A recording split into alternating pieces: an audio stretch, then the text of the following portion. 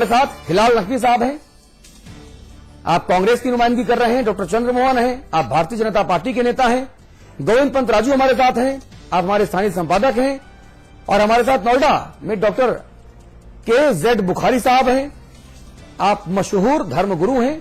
और आपका जो ऑरा है वो एक लिबरल इस्लामिक धर्मगुरु का है, जो सभी धर्मों को साथ लेकर चलने वाले एक इस्लामिक धर्मगुरु के तौर पर जाना पहचाना इज्जतदार चेहरा।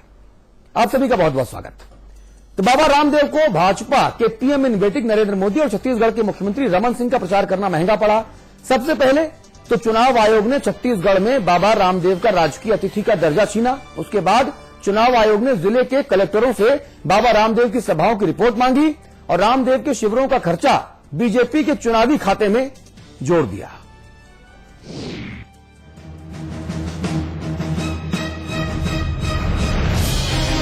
बाबा रामदेव एक बहुत बड़ा डोंगी बाबा है, वो राजनीतिक इच्छा रखते हैं, राजनीतिक एजेंडा है उसका। विनाशकारी विपरीत बुद्धि, उनका बुद्धि का शुद्धि करना पड़ेगा। छत्तीसगढ़ के मुख्य निर्वाचन पदाधिकारी ने बाबा रामदेव की सभाओं के खर्च भारतीय जनता पार्टी के चुनाव खर्चों में जोड़ने के आदेश जारी कर दिए हैं। बाबा रामदेव ने छत्तीसगढ़ सरकार के अतिथि के तौर पर जितनी भी सभाएं की हैं, उनका खर्च बीजेपी के खर्च में जोड़ा जाएगा। बीजेपी ने बाबा रामदेव को गैर राजनीतिक व्यक्ति करार दिया है, लेकिन जब से बाबा ने काले धन के मामले में दिल्ली के रामलीला मैदान में मोर्चा खोला है, तब से कांग्रेसियों की सांसें बाबा के योग से ऊपर नीचे हो रही हैं। जहां जहां चुनाव ड्यू है, चुनाव होने वाले हैं, प्रस्तावित हैं, वहां योग शिविर के नाम पर तो भारतीय जनता पार्टी के लिए प्रचार कर रहे हैं। तो निश्चित तौर पर जो हमारे चुनाव आयोग ने जो कदम उठाया वो सराहनीय है। अब बीजेपी कह रही है कि बाबा झंडा डंडा लेकर तो जाते ही नहीं, प्रचार के लिए पर्चे भी नहीं उड़ाते।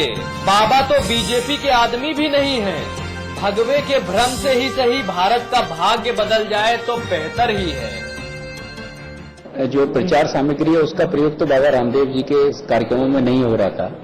और बाबा रामदेव जी या कोई भी सामाजिक संस्था वो प्रदेश में और देश में व्यवस्था परिवर्तन के लिए काम कर सकती है, और इस तरीके से एक पक्षीय कार्रवाई की है।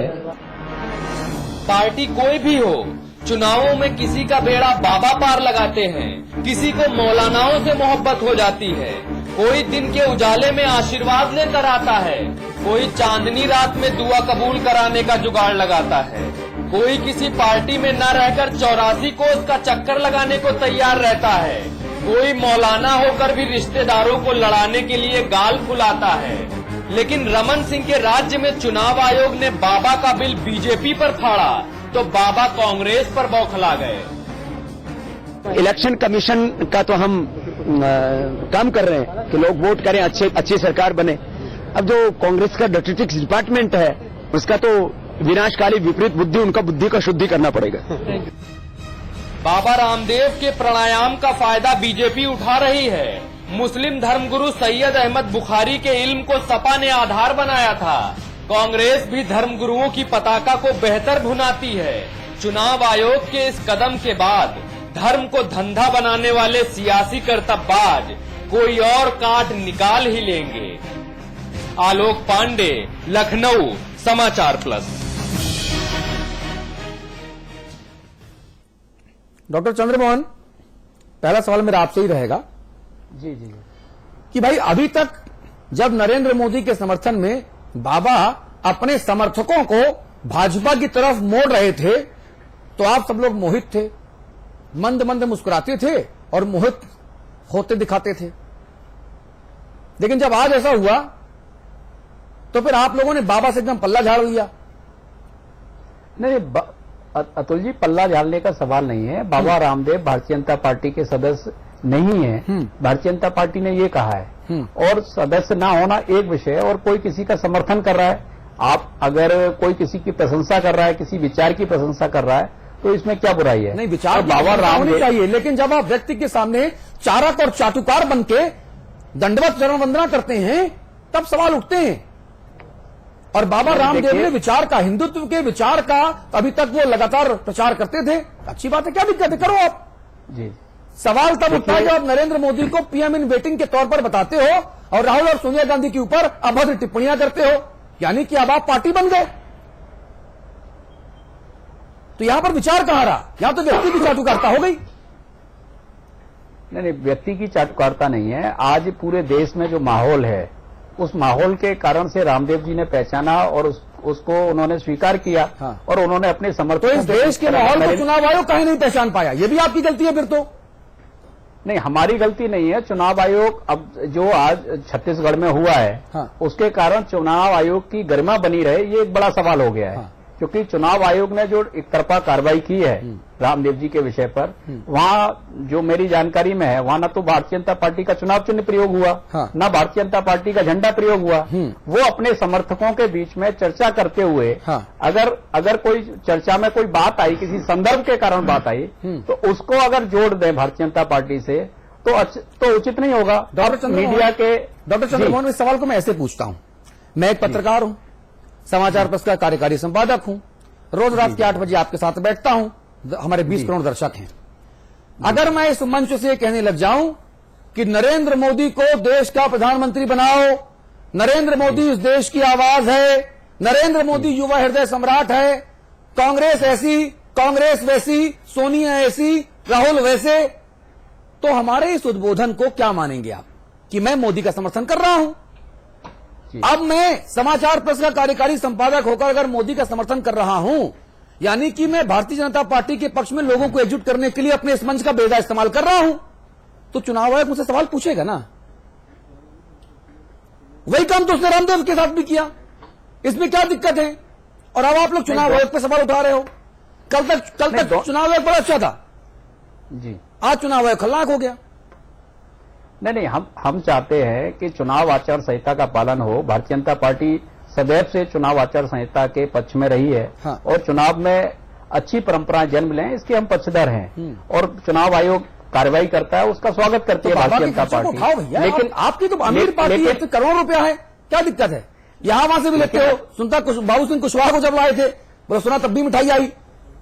रामदेव भी आपकी मदद करते हैं, ये भी हमने सुना। अमीर पार्टी काय की चिंता, तुम 20-25 करोड़ की चिंता करते हो आप?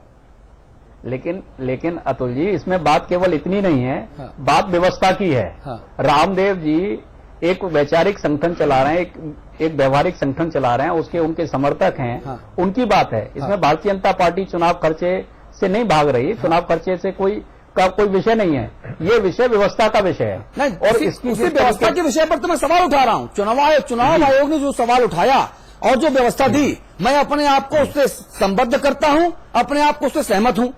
हिलाल नकवी साहब, बात व्यवस्था ही की तो है। ये बाबा बैरागी, मुल्ला मौलवी अलग अलग राजनीतिक दलों के साथ जब मंच शेयर करते हैं, तब जो इनके जो समर्थक हैं वो दिग्भ्रमित तो होंगे ही ना कि भाई ये जरूरी नहीं है कि अगर मैं बाबा रामदेव के योग से प्रभावित हूं तो मैं मोदी की नीतियों से भी प्रभावित होऊंगा, ये जरूरी नहीं है।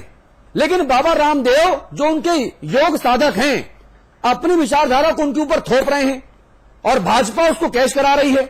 ऐसे तमाम दल हैं जो हिंदू मुसलमान अलग अलग संगठनों के मजहबी नेताओं को यूज करते हैं। ये तो सरासर गलत हुआ। जी हाँ, बिल्कुल पूरी तरह से ये गलत हुआ है।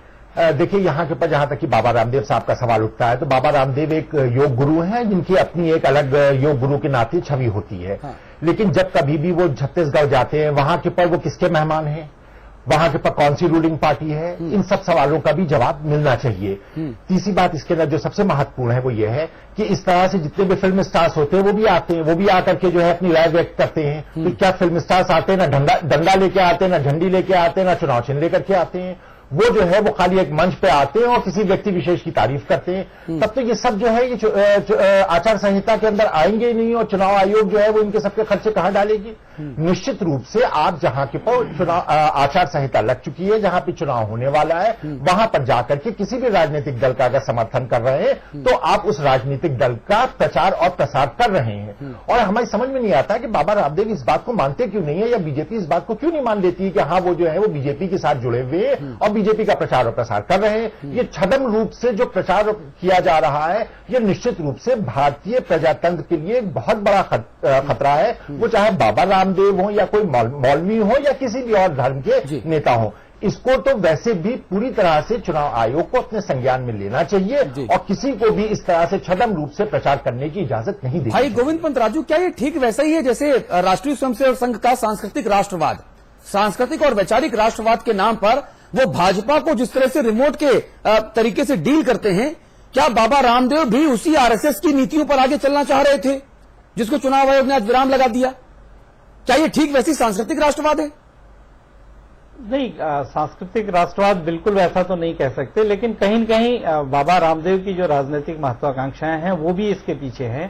और जिस तरह से उनका विकास हमने हाल के वर्षों में देखा है, वो बहुत हमेशा ये बात कहते रहे हैं कि देश में एक नई राजनीति आनी चाहिए, राजनीतिक बदलाव होना चाहिए।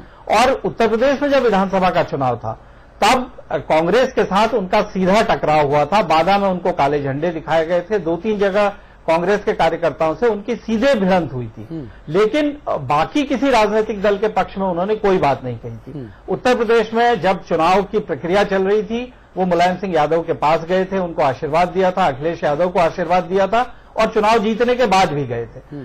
लेकिन स्पष्ट रूप से वो किसी राजनीतिक दल के साथ नहीं दिखाई दे रहे थे। कांग्रेस के खिलाफ जरूर उनके तेवर थे। मुझे लगता है इस बीच जिस तरह से नरेंद्र मोदी का उभार हुआ है, और राजन एक बार उन्होंने स्वयं बाबा रामदेव ने ये बात भी कही थी कि नरेंद्र मोदी अगर नहीं होंगे तो मैं बीजेपी का समर्थन नहीं करूंगा। ये बात उन्होंने कही थी, ये बात मीडिया में आई है। तो बीजेपी का समर्थन करने की बात तो वो एक तरह से कह चुके हैं, और अब उन्हें ये लगता है कि उनकी राजनीतिक महत्वाकांक्षा उनके अकेले दम पर शायद नहीं वो आगे बढ़ पाएगी, और बीजेपी का जिस तरह से माहौल बनता दिख रहा है उसके साथ जुड़कर शायद वो अपने जो उनके लक्ष्य हैं उन तक पहुंच सकें। तो उनका जो बदलाव है, उनका जो विकास है, उसकी प्रक्रिया मुझे इस तरह से दिखाई दी। जी डॉक्टर बुखारी, सवाल यहां पर सिर्फ भगवा पर नहीं है, सवाल यहां पर दाढ़ी और टोपी पर भी है, और इत्तेफाक से आप दोनों लगाए हुए हैं। मैं आपकी बात नहीं कर रहा हूं डॉक्टर बुखारी, लेकिन कई सारे लोग ऐसे हैं जो दारुल उलूम देवबंद से हों या बरेलवी विचारधारा के हों, या आप बुखारी साहब को ही ले लीजिए, शाही इमाम जो हैं, या मुफ्ती मुकर्रम साहब को ले लीजिए, तमाम दूसरे कलवे जवाद साहब हैं, कलवे सादिक साहब हैं, फिरंगी महली साहब हैं, हम इन सभी लोगों को ले लें अगर, और सभी लोगों के बारे में जब देखें और विचार करें तो सवाल यहां पर भी उठते हैं। जी फोन बंद कर लीजिए आराम से, कोई दिक्कत नहीं है जी। तो सवाल फिर इन पर भी उठते हैं मौलाना बुखारी। बहुत अहम सवाल है ये। हाँ।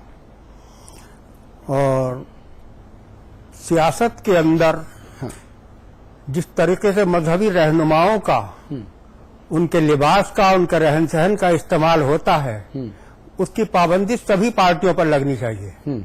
इस देश के अंदर सेकुलर पार्टियां कुछ भी करती रहें, जिस दिन से देश आजाद हुआ है आज तक ये सब कुछ होता रहा, लेकिन आज अगर रामदेव बाबा आ गए हैं मैदान में, वो किसी पार्टी के लिए पहले नहीं थे, आज होंगे, लेकिन उनका अभियान काले धन के खिलाफ है, उनका अभियान जो है भ्रष्टाचार के विरुद्ध है। वो चाहते हैं कि देश का धन देश में लौट के आए, वो चाहते हैं कि देश के अंदर से भ्रष्टाचार खत्म हो।